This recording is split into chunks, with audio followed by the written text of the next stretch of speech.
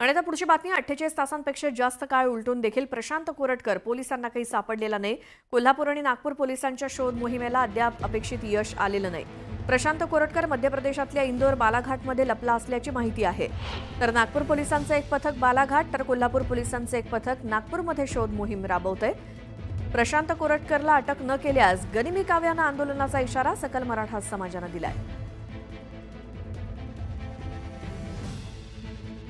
तर अजूनही प्रशांत कोरटकर हा काही पोलिसांना सापडलेला नाही। काल परवापासून पोलीस प्रशांत कोरटकरच्या मागावरती आहेत। कोल्हापुरातले पोलीस सुद्धा आता नागपुरामध्ये आहेत आणि दोन्ही पाहिले ना, माझ्या पुढेच बोलले ते मी बोलणार नाही आज, कारण मला त्यांचा सन्मान आहे राणे साहेबांचा। तेच त्यांची भूमिका नरेंद्र महाराजांच्या संदर्भात काय होती हे जर बोललो मी बोलणार होईल। भूमिका बदलली की माणसांनी इतकंही बदलू नये, ते नितेश राणेंच्या बोलण्यातून दिसते आहे। त्याला माझं म्हणणं आहे की बाबा असं बोलू नको तुम्ही, आम्ही काहीच बोललो नाही, त्याच्यावर बोलण्याची भाषा गरज नाही। मी काही त्याचा अपमान होईल असं बोललो नाही, पण आज जे महाराजांचा अवमान करतायत त्यावेळेस तुम्ही का बोलत नाही? त्या सोलापूरवर का बोलत नाही? छिन्नमवर का बोलत नाही? या कोरटकरवर का बोलत नाही? यावर का तुमचे तोंड शिवले असतात? हे महाराजांचा अवमान करणारे खुलेआम सुटावेत अशी तुमची भूमिका आहे का? म्हणून कोरटकरला सत्तेचा सपोर्ट आहे म्हणून कोरटकरवर कारवाई होत नाही। सरकारने महाराजांना आणि अशा धमकीबाजांना पाठीशी घालून स्वतःची प्रतिमा मलिन करून घेऊ नये आणि त्वरित कारवाई करावी ही आमची मागणी आहे। पोलिसांवर दबाव आहे का? पोलीस तिथपर्यंत पोहोचू शकत नाही, 4 दिवसानंतरही अटक करू शकत नाही? असं हे पोलिसांचा दबाव म्हणण्यापेक्षा बदलापूरमध्ये काय झालं? बदलापूरमध्ये संस्था चालक विशिष्ट पक्षाच्या जवळचे होते म्हणून त्यांच्यावर कारवाई न म्हणून एन्काउंटरच केला। अजूनही कारवाई झाली नाही त्यांच्यावर, ते खुलेआम फिरतच आहेत।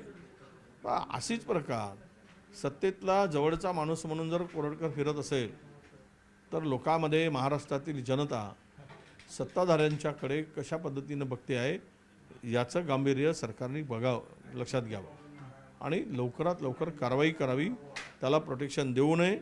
जे काही आता मी सांगितलं की IAS IPSच्या बदल्यामध्ये कोरटकरांची भूमिका फार महत्त्वाची असते, अशी जी चर्चा आहे त्या कोरटकराला बेड्या घालून ती चर्चा बंद करावी आणि अशा फालतू माणसाला सरकारने जवळ करू नये अशी आमची भूमिका। मराठा समाजामध्ये प्रचंड असंतोष आहे, समाजाचे मोर्चे आता निघायला लागलेले आहे आणि असं असताना देखील या सगळ्या गोष्टीला गांभीर्यानं घेतलं जात नाही।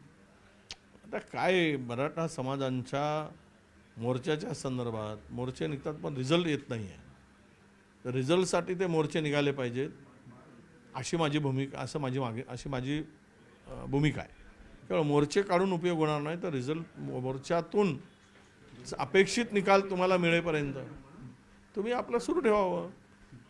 आणि हे सगळं करत असताना कुठल्याही दोन समाजामध्ये दरी निर्माण होईल अशी भूमिका कोणीही स्वीकारू नये। तर प्रशांत कोरटकरला फरार होण्यास कोणी मदत केली ते झारीतले शुक्राचार्य कोण याची चौकशी करा अशी मागणी इतिहासतज्ञ इंद्रजित सावंत यांनी केली आहे। मराठा समाज आणि शिवप्रेमींचा अंत पाहू नका असं सावंत म्हणालेत। मुख्यमंत्री शिवप्रेमी आहेत, त्यांनी तात्काळ गुन्हा दाखल केला, मात्र वाचवतंय कोण याचा शोध घ्या अशी मागणी सावंतांनी केली। मुख्यमंत्री हे शिवप्रेमी आहेत असं माझं भावना आहे। त्यांनी ज्या अर्थी